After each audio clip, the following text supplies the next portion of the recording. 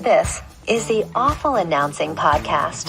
Here's your host, Brandon Contes.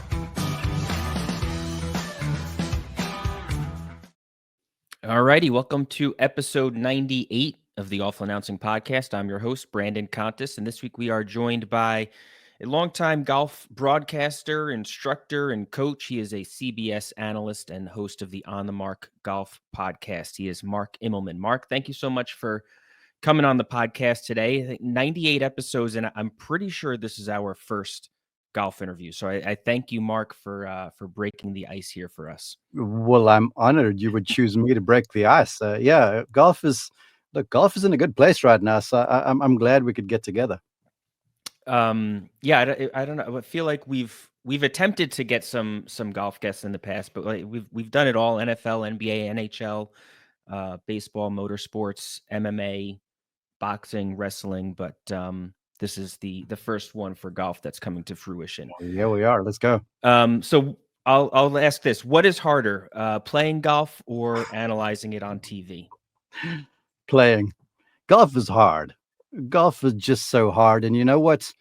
The analyzing it on TV, and now in the place that I am right now, given, I have to do the odd corporate outing and stuff like that, it's occurred to me that maybe as a coach, a college coach, and certainly as a teacher, I expected a bit too much out of the people I was giving lessons to, be them elite or even beginner.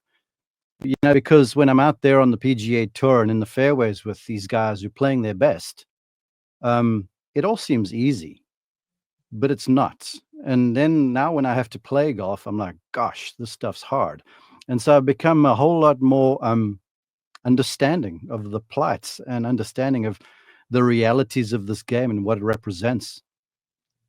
So when you're broadcasting golf, I mean, do you almost have to try to reiterate how difficult it is because it looks easy on TV?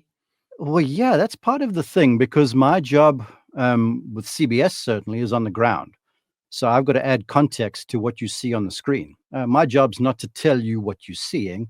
My job's to add a little something else, just to color the situation some. And so, yeah, I feel like all too often fans and pundits even make these guys at the top of the game seem like superheroes and anything's possible. And in the era of data, it's like, well, he's got to pull this off. He's first in strokes gained off the tee. But, strokes gained off the tee doesn't measure, that sphincter, which is tightening under the pressure and stuff like that. So, yeah, it's real. And it is my job to help the viewer understand how hard it is, the situational analysis of it all. And so I feel like that's where I get a chance to thrive, because having been a lifetime golf teacher, I can color that a little bit. So playing golf is harder than broadcasting it, which is more fun. Broadcasting. Come on, man. I get paid to talk about a game I love. God bless America. It is so cool. Never in my wildest dreams did I get as far as what I have in broadcasting. When I was coaching, I always felt like I could add stuff, whether it be on radio where I began and then on television eventually. But it's not easy. Don't get me wrong. It's not easy to do the job well. Now, it's easy to just do the job and be another empty voice. So I wouldn't say it's easy, but it's a thrill, and I love it. And every event over the weekend, I'm up for it. It's exciting to be on the PGA Tour, somewhere where I dreamed of getting to. It's just that I got there without the clubs in my hand. So Truist Championship this week in Philadelphia. We're recording this podcast on Tuesday. It'll come out Friday. The PGA Championship next week at Quail Hollow Club in Charlotte. I believe CBS has rounds 3 and 4 for both. Are you going to be in Philly this week? And is that going to be strange having the Truist Championship at a different golf course? Yes and yes to both your questions. I would say, in terms of it going to Philly, it's been a long time coming. What a great sports town. I've been there one time before in 2018. In fact, when that was the last time the PGA Tour was there, and I was with radio back in the day there, and it was the BMW Championship at Aronimink. And Philadelphia has these fantastic golf courses. And as I say, it's the sort of northeastern golf watching population. And so it's going to be a thrill. It's the golf course is tremendous. The feel is incredible. We've got everyone from numbers 2 through 12 on the top 12 in the world golf rankings, except for Scotty. So it's going to be a great event at a wonderful venue. So I'm excited to be there. But it is a bit strange not being in Charlotte this week. And then I just looked this up because it's been 7 years since the PGA Championship moved from August to May, which to me sounds crazy because it doesn't feel like it's been that long. Do you like the PGA Championship being played in May? I sort of do. I love the way it fits into the major championship rotation. Yeah. Because it's right after the Masters naturally, and then you've got the 2 national opens, which are big in the US Open and the Open Championship coming later in the summer.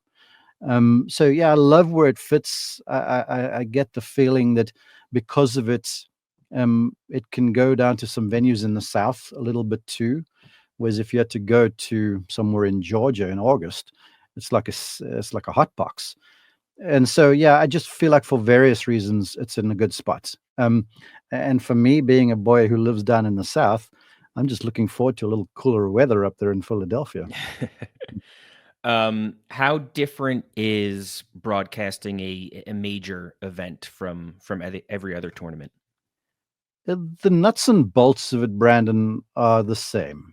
The way you feel is different. The vibe of the crowds and the energy that's out there is different. Obviously, the number of eyeballs on the television show most times are different, and so all of the extraneous stuff is more highlighted. There's more to it. But as far as myself and my colleagues talking about a game and trying to best put it forward for the viewing public and for the fans, that's all the same stuff. And we'll try to do it to the best of our abilities like we always do. So I wouldn't say that we're going to get in there and try and change everything we do. We're just going to do us and just have a whole lot more pressure on it. And the excitement factor is going to be off the charts. It always is. Yeah. Do you get like an adrenaline rush being on the course there for that? You do.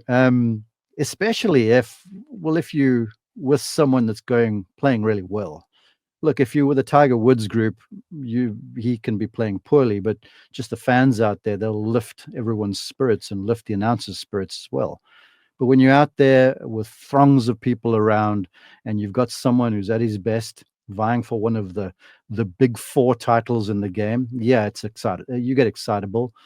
And the key, just like the players, especially with me, because I'm just so into golf, I've got to take a beat and go, all right, take a breath. This is going to be okay. Just, let's be clear about what we're doing. And so for us, even, you got to manage the excitability. But, in the end, I feel like passion is so crucial to being an authentic announcer.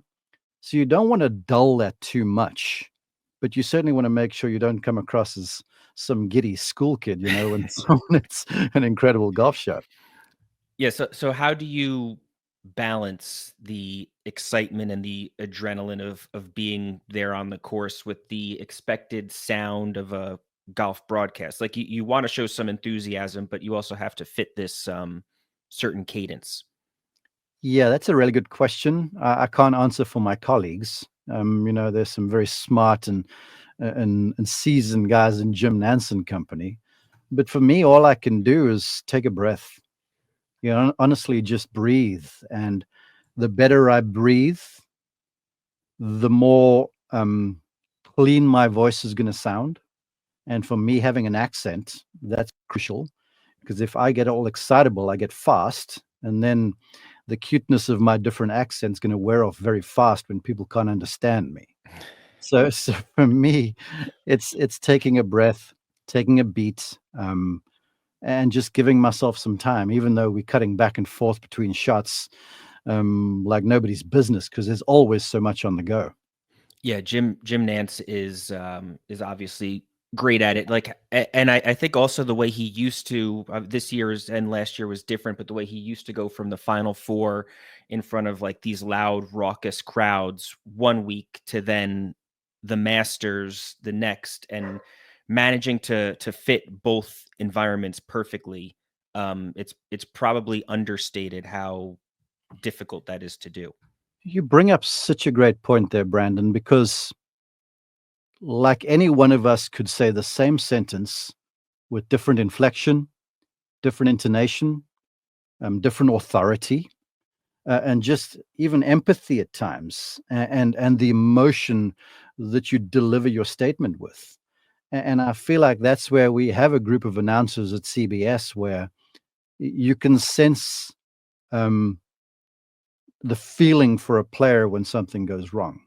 You can sense the excitement for a player when something goes wrong, not just by the words that are said, but by the way they delivered. And obviously, Jim is he's the tip of the spear because he's just so vastly experienced, and that voice of his is it has everything. It's got gravitas. There's a melodic tone to it, and he's just easy to listen to. I mean, between him and Vern Lundquist, they could read me the dictionary, and I'd be as happy as a lark. How is working with Jim? Obviously, you're not right next to him for both tournaments the way your brother is, but how has been getting to be part of CBS and working with Jim and getting to know him a bit? I've got to pinch myself at times when we sit in meetings or when we sit around a dinner table, and I look around the table and there's Hall of Fame people all over the show. I mean, when I began, and it was Nantz and Faldo and Costas and McCord and Dottie Pepper and then me and Ian Baker Finch, there's major champions, Hall of Famers, and me. And I would pinch myself. But the thing about Jim is that he's not a respecter of titles. Whether you are just a beginner or whether you Vern Lundquist, who's called thousands of events, he treats everybody the same. And so he makes you feel like you're part of the crew. He's tremendously caring. He's real loving. He's kind of like a big brother, like a father in many respects. He's our team leader, but he does so with such grace. It makes it easy for anybody. And there's no doubt that he leads us, and he stands at the gate for us as well. And so he makes the job tremendous, well, as easy as it could possibly be because of just his manner with us. When did you join CBS? I started with CBS. My first ever event with CBS was in 2016 at the PGA Championship in Baltusrol. And they brought me on as an analyst on their 4K channel, which at that stage, at that event, broadcast just one hole. It was at the outset of 4K, and we did the fourth hole, the par 3 at the PGA Championship, and that was kind of a test run for me. And then after that, they brought me back for a couple of the 4K shows at Pebble Beach the following year. And then they gave me a run at the Masters on the show called Masters on the Range. And that moved into feature groups at the Masters. And then, so that's now 2017. And then I got a call from my boss right beginning at the summer. And he said, look, you're going to get a go. You're going to get 5 chances on the main show, is what they call it. And so this is your chance now. And turns out that we were actually going to have a family vacation abroad. And I was on speakerphone, and my wife, Tracy, looks at me. She goes, okay, you leave early. You got to do this stuff. And so I joined the show. I joined the crew for 5 events, and thankfully it went well. And then the next thing, I got a call to say, hey, we want you as a part of the crew. And that was 2018, I think it was, full time. And then that year they added me to the PGA Championship rota, which was a thrill. I was not expecting that. And we did the 100th. I'm hoping I'm getting my dates right, but it was the 100th PGA Championship at Bellerive when Tiger was making a run and Brooks Koepka won it. And to be a part of that show, the 100th, was almost like serendipity. It was the thrill of a lifetime. And so, I've been full time with them since, and I've seen the team change. in a way, I've seen the team get more cohesive, and we're just like a big family right now. And it's again, I say I pinch myself when I consider where I'm at. As you were breaking into broadcasting, did you envision your brother as a future broadcaster as well? Did he envision himself as a future broadcaster? Well, he's the kind of guy that whatever he does, he makes a success of. So I didn't. Well, look, I knew the injuries were making life hard for him being competitive. And so naturally, then for most golfers or athletes, the next step is in broadcast. And he started with Golf Channel, and I thought he was very good on the Golf Channel desk, being one of the live from sort of, Golf Central kind of guys. But he turned to the live calling very quickly. And he was with Golf Channel for a bit, and then he joined our show as a third walker. I remember at the PGA Championship at Harding Park, it was Dottie Pepper, myself, and Trev. And look, he shone, and his timing was, I feel like, perfect too, because the team began to change, and he was the guy with the insight and the knowledge, and he's obviously a Masters champion, so that adds to his resume, and he's gotten in that role, and I feel like done it really, really well, and more than anything else in that position, the team is banded around that too, so there's a real continuity about what we do, and so it's kind of been a match made in heaven. Did you have any advice for him for how to replace Nick Faldo? It was advice given to me by legendary golf announcer Bill Rosinski. And I wouldn't say Trevor would call this advice that I gave him, but I remember a conversation where I was like, all I can do, and I was referring to myself, is be me. Because Bill Rosinski, one time when I was still in radio, and he's been the voice of the Panthers and the Falcons. And so this guy's seen the comings and the goings. And Bill looked at me one day and he said, Mark, you're going to be a star. Just stop trying to be like everybody else. He goes, you got to do you. And he goes, when you get your time, own your air and just do yourself. Don't try to be like me. Don't try to be like anybody else. And so I shared that story with Trevor, and I've seen the both of us, even though we sound kind of the same, we come at the game from different angles, and we come at the broadcast craft from different angles too. So it seems like that we both somewhat excelling in just being ourselves and bringing our perspective to the show. How are you different as analysts and broadcasters? Well, I'm going to come at the thing from the golf instructor angle. My time in radio was really blessed, because in radio, you don't have the benefit of pictures, so you have to paint pictures in the theater of the mind of the listeners. And so my time in radio taught me to look beyond the player and the caddy looking at the golf ball and the targets, because I had to tell you what was happening. So I'm always looking around at wind and environment and stuff like that.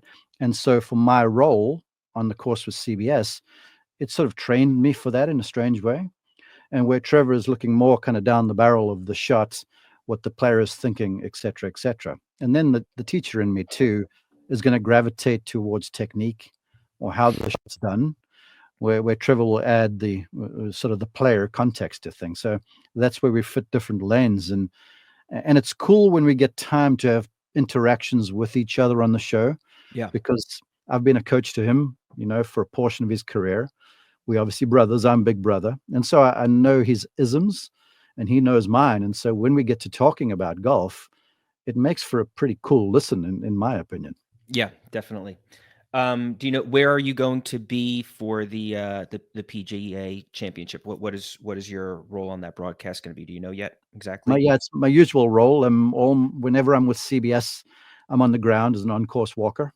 When I do work for PGA Tour Live, they're largely using me as the analyst on the show, because they've got all these bells and whistles in the new studio there, where they can do on cameras with me giving golf lessons, and I can do the telestration of golf swings and stuff. So live use me in a different capacity, whereas CBS, I'm just an on-course rover. Where were you for the Masters in 2008? I was very much on hand because I was helping Trevor a little bit with his putting that week. And so I was there in preparation. Then I came home a couple of days to Columbus, Georgia. Then we were there over the weekend, and I was standing behind a little green, what was then scoring hut behind 18 green, watching my brother tap in to win the Masters, which is still surreal. And there to get a hug from him after the conquest still brings a tear to my eye, because it's a monumental feat that I couldn't put into context, but I can say this. For two kids growing up in South Africa, watching the Masters on television, aspiring to just be there one day, to watch one of us don the green jacket, it's biblical, man, in the way it is. And what was it like, not only getting to see your brother Trevor not only win the Masters, but also being able to hold off Tiger in doing so? Not sure there's a word for it, because as a fan and as a coach, there's always an element of nerves involved. And I'll long maintain, and you'll likely hear me say this at one stage on a broadcast somewhere, that every shot in golf makes somebody happy and somebody sad. And as a fan, those emotions are just heightened. And then if you're a fan and a family member and a coach, then thing is multiplied in the biggest way. So it's ragged on one's emotions. And I would call it like 90% pure panic and 10% pure pleasure. And so, yes, it was intensely pleasurable. But holding off Tiger is always a challenge, because he's Tiger. In fact, holding off anybody is a challenge, but you never know in golf. You can do all the right things and still not win. And so to watch it happen twice, because he's held off Tiger twice. The other one was in the Western Open. But that's a feather in one's cap. I don't care who you are. What was the most exciting tournament to be a part of as a broadcaster? So many. There's a recency bias, I would say, but the ones that stand out to me was being on hand to call Justin Thomas shooting 59 in Hawaii and getting to document that. I've seen some incredible wins. Rory McIlroy, Bay Hill, final round of 64 at Arnold's Place was probably one of the best rounds I've seen him play. Earlier this year in Pebble Beach on a grizzly Saturday, wind humming, rain coming in sideways and chilly. I'm on his group and he shoots, I think it was 65. And I think it was comfortably the best I've seen him play, because ordinarily Rory will just bludgeon a golf course to death. And if he's playing well, he wins at a canter. And if he struggles, he struggles. But this was a different McIlroy, where he was sort of managerial and hitting off speed shots. He called them chippy shots. And I watched him cobble together this round that, if you were watching it, wasn't going to blow your hair back. But at the end of it all, it was 64 or 5 under very tough conditions. And it set up the victory. And I feel like set up this year in 2025. So there's been a lot. And then, look, I was on the call in the playoff for Nick Taylor's playoff win against Tommy Fleetwood in Canada. And I still get hairs on my arms standing up being there, just because of the environment and the fans. It was indescribable. I was there on the call for PGA Tour Live when it gets used in highlights still, where Tiger Woods on the 9th hole at Chapultepec up the hill is in a fairway bunker, big gnarly old tree in front of him, got to slice this 8-iron like 50 yards to get it to the green. He does, spins in there and nearly holds it out. So I've seen that with Tiger. So look, I've seen a lot, and I'm just a pretty fortunate soul. This year was the first year in decades without Vern Lundquist. You mentioned him a little bit earlier. Without him at the Masters, what was it like being at the Masters without Vern there? Different. Although I thought Frank did a tremendous job on hole 16. It's such a pivotal hole, and it's the kind of hole where you know something eventful is likely to happen. And Vern, and before him Jim Nantz, was the master at documenting the events on 16. And so you can never completely fill that seat. But having him not there was just strange. And look, I mean, I take it back to SEC football. I live in the South. I'm an Alabama football fan. I'm a Georgia football fan, and I used to live for Saturday afternoons with Vern on the call. So he's missed, but you know what? He still texts us during the shows and stuff, so he's still watching and listening. And I'll never forget some advice he gave me. So I summoned up the courage as a young CBS announcer to ask him. It was at a PGA. What advice he would give me. And he was so sort of paternal in the way he looked at me, and he said, "Mark, you're a tremendous broadcaster." And I was like, "Well, thank you." And my chest puffed up. And he goes, "You know, in my time, I've made thousands of calls." And I'm waiting, and he pregnant pause, and then he goes, "But I'm only really remembered for 5. In your life, maybe, yes, sir. And then a couple football calls, a prayer answered." And so I'm waiting for this, and I'm like, you know, he's right. And he said, "So don't stress it too much. You're going to say a lot of things, but just make sure that when the moment arises, you're there." And he goes, "And let the moment happen. Let the moment tell the story. Don't make it all about yourself. Just put a period on the end of the statement."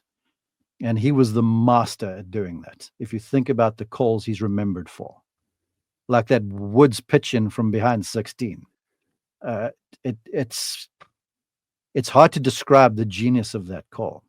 And the Jack Nicklaus in 87 on 17, everybody knows the call. And so to get that advice from him, it put my mind at ease a little bit to say, well, you know, if I make a mistake, it's okay. But it's just when that moment shows that I've got to be there and I've got to have my best stuff. Yeah, that's great. What is your mindset as a course reporter? Like, what do you try to add to the broadcast? I try to add context, because every shot there's context to it. It's not just a 7-iron to a pin in the middle of a green, flag in the middle of a green. You know, there's a player who is emotional. There's a player who may be struggling. There's a player who might be at full flight. There's a blustery wind that's affecting the decision making. There's indecision because the player is in between clubs. There's all of those things that you don't get to see in a television graphic, and you certainly don't get to see on a television monitor. So my job and my goal is to add context to every shot I help describe. And I take great pride in the fact that I feel like I do. I don't want to say empty things. I don't want to tell you it's a good shot. I want to help you understand why it's a good shot. Or I want to let you know how easy or how hard the shot is and why. And so that's my goal, and it's something I take great pride in. Is the exclusivity and the rules around covering the Masters exhausting, or is it just part of what makes the event so prestigious and special? I think the latter. For me, the Masters is about Bob Jones, who's my hero, incidentally. The Masters is about the Augusta National Golf Club. The Masters is about the course. The Masters is about the patrons and the tradition. And then, of course, the Masters is about the competitors and the grandiose prize that's at the end of it, something that people dream of wearing. So I feel like the vernacular that we use is appropriate to everything that the Masters Club stands for, because there's a southern and a genteel charm about the golf course and the membership, and it's our job to portray that. So yes, do we have to be careful, be vigilant about what we say? Absolutely. But I think there's a certain tone to the show that is required because it is the Masters, and it's what sets it apart. Are the bird sounds that we hear on TV? They're real. They're real. Stop it. They're real. You know, it's funny you say that, because I have so many people say to me, you guys are piping in bird sounds. And I'm like, no, we're not. So the one morning we were in rehearsals, I was just in my booth for Amen Corner. And I said to my director, Mike, who's an Emmy Award winning director, he's done multiple Super Bowls. And this is his one golf tournament he does a year. And so I said to him, Mike, I want your camera crew while we were rehearsing to find every bird that you can and get them on the monitor for me. And we saw everything from a hawk to multiple cardinals to mockingbirds. I got a picture, I in fact put it on social, of a bluebird sitting on top of a pin flag.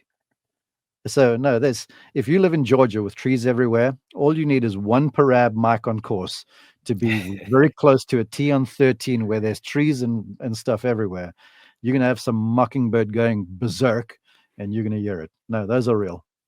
From the traditions of the Masters, and then the opposite end of the spectrum was the TGL on ESPN earlier this year. Did you have interest in the TGL, and what do you think is the TGL good for the sport of golf?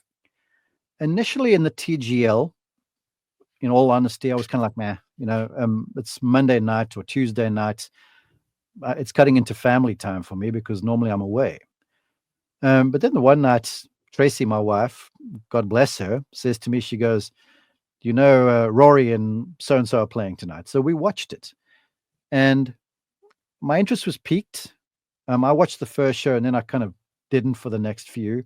But then towards the end, they got sort of exciting. And I feel like, okay, there's something to this. I feel like it's touching a certain demographic. I'd love to go and see what all the vibe is like at the venue. But almost in a way, as I reflect on it all, think it's a little too surgical. Because for me on the golf course, the only time you get a level lie is on the teeing ground. Otherwise, there's something uneven. And here, yes, you're playing off a fairway strip or a sand strip or a rough strip. But having no wind and having flat lies all the time makes it almost too easy for these guys. Now, granted, it becomes target practice, so that's exciting. But I feel like maybe in iterations to come, you use like moving ground stages that they can make lies uneven. That'd be cool. And then I know with all those launch monitors, because I work alongside FlightScope, they can make the ball fly like there's wind, and they can make the trajectory look like it's wind affected or aided. So maybe they'll do that in the future. But towards the end, I watched all of them. I sat down for them because I kind of enjoyed it. Were there elements from the TGL that you think the PGA Tour should consider implementing? I don't know. That's not really a question for me to answer. But as far as I'm concerned, not necessarily. I'm just about the golf of it. I'm about the competition of it. I'm about Billy Horschel making a putt and running around the place like it's his life's feat. I love to see that sort of stuff. I love the passion of that competition. So I don't know. That's up to the tour. Well, I think the one biggest thing that everybody talked about was the pace of play. So do you think the PGA should it consider a shot clock? Would that be good for the sport, bad for the sport? I mean, as a golfer yourself, I don't know how they'd manage it. When you've got 144 guys playing with half of the field out there all hitting balls at the same time. So I don't know how they'd have a shot clock. It'd take a lot of management. I'm sure it's possible nowadays. But I will say this about the pace of play. We always seem to have the pace of play noise when we're on the West Coast because there's limited light and you're playing in threes of 2 tees over the weekend. And as soon as you have threesome, stuff gets slow. When you get to the East Coast and they got 2s over the weekend, they fly around the place. Yeah. And then I remember Pebble Beach. I spoke with one of the rules officials in the airport on the Sunday evening after we finished, and play finished like 25 minutes ahead of television time because they were going so fast. And I said to the rules official, I'm like, wow, okay, so much for pace of play. And he said to me, Mark, you know what it was? And I'm like, not sure. And he goes, it was slower greens. And because the greens were slower because it was so windy, the ball wasn't rolling out 3, 4, 5, 6 feet beyond the hole, causing a player to have to mark, reread, go through. They could roll balls up there, tap it in, and get out.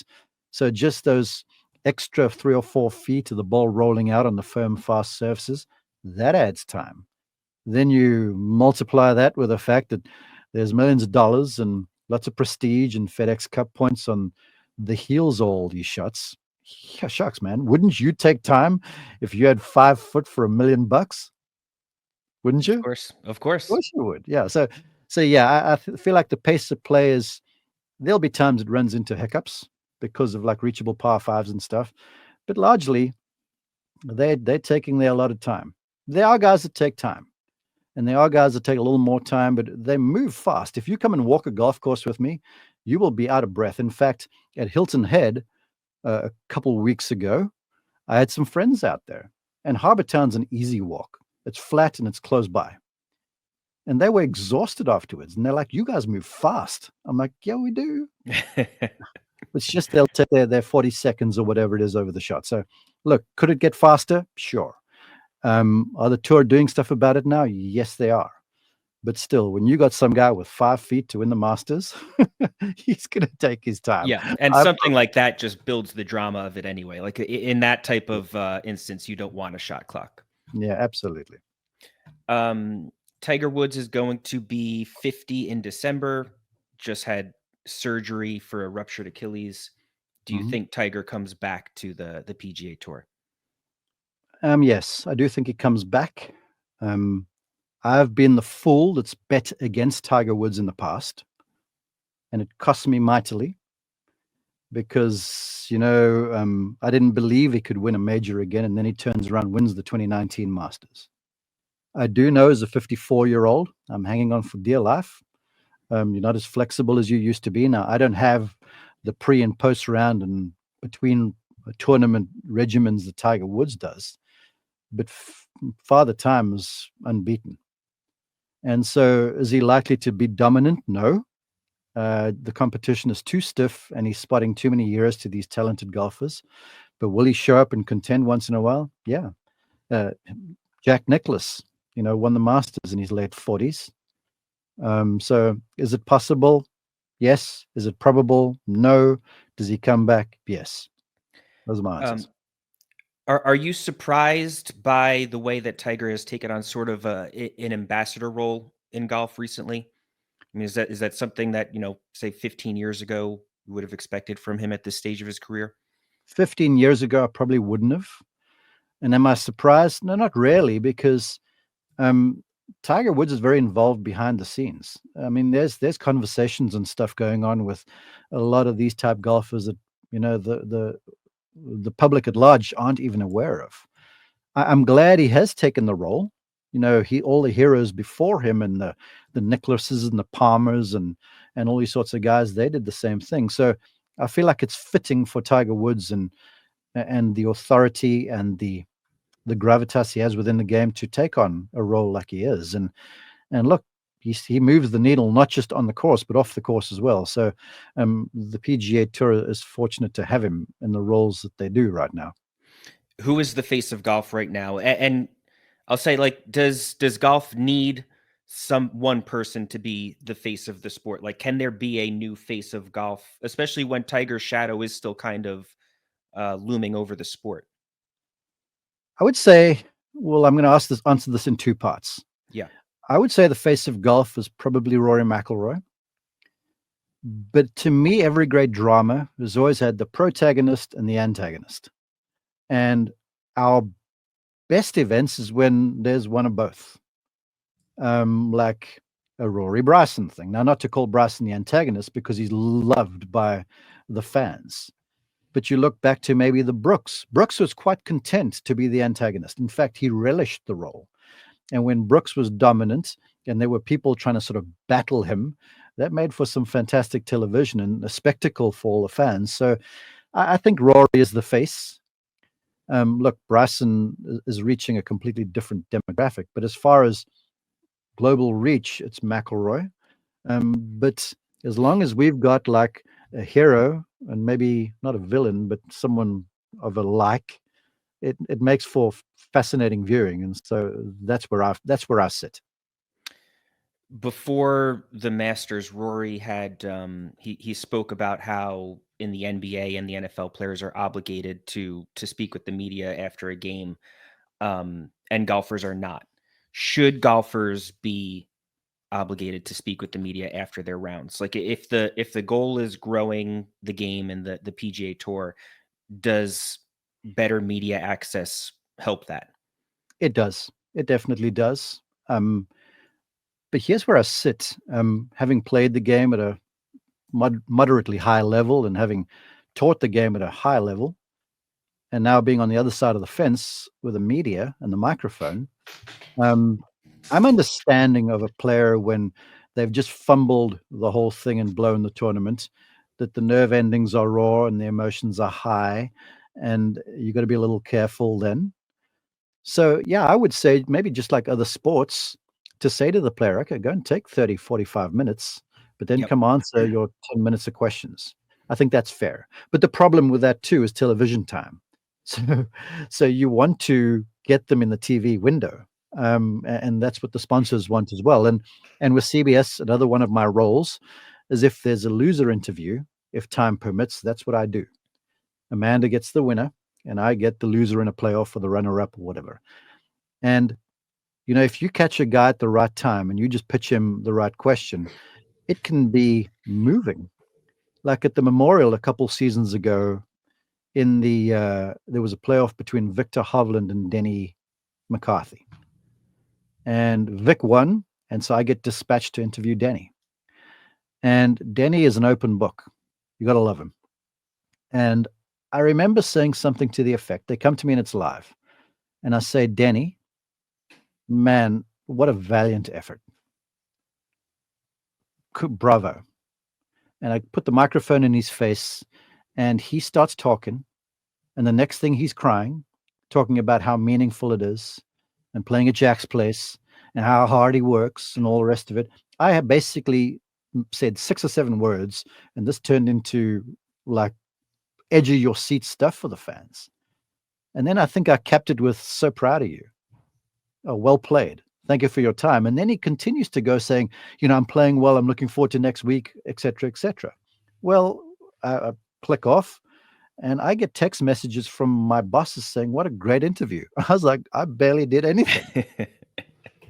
But it's if you get the player in that place where they're like, okay, I'm good with my emotions right now. I'm prepared to put the stuff on the line, whether it's good or bad. But now, if you got some irate golfer after they've ruined their chances, that's dangerous with a microphone. But if you get someone who's emotional like that, it's riveting. So I understand the thing from both points of view, but I do feel like the players should answer questions.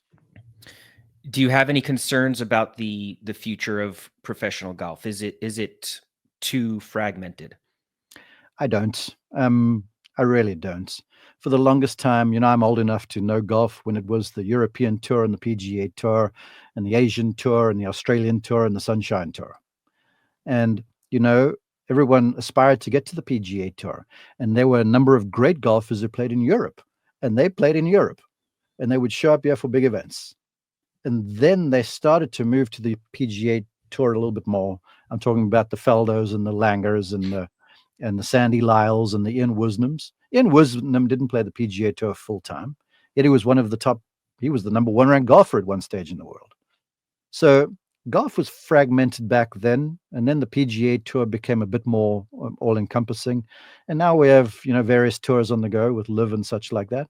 I've always felt like LIV was going to be an international thing because I'm American now, but I'm South African by birth. And it's a long haul to get to the United States if you're living in South Africa to play a few PGA Tour events. So it makes sense for them to play elsewhere. So I don't know.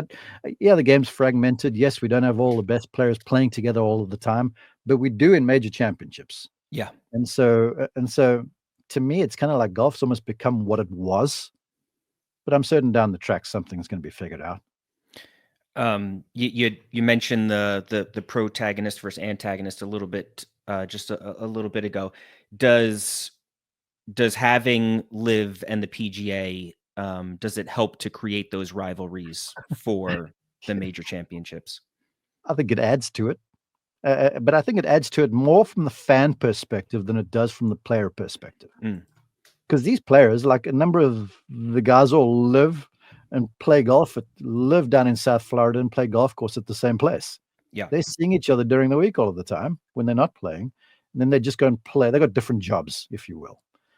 So I think for the fans' point of view, you're going to have your live proletariat and you're going to have the PGA Tour proletariat, and they're going to shout and scream across the fences at each other. So it makes for a little more entertainment. So, yeah, I think in a way for the fans it does.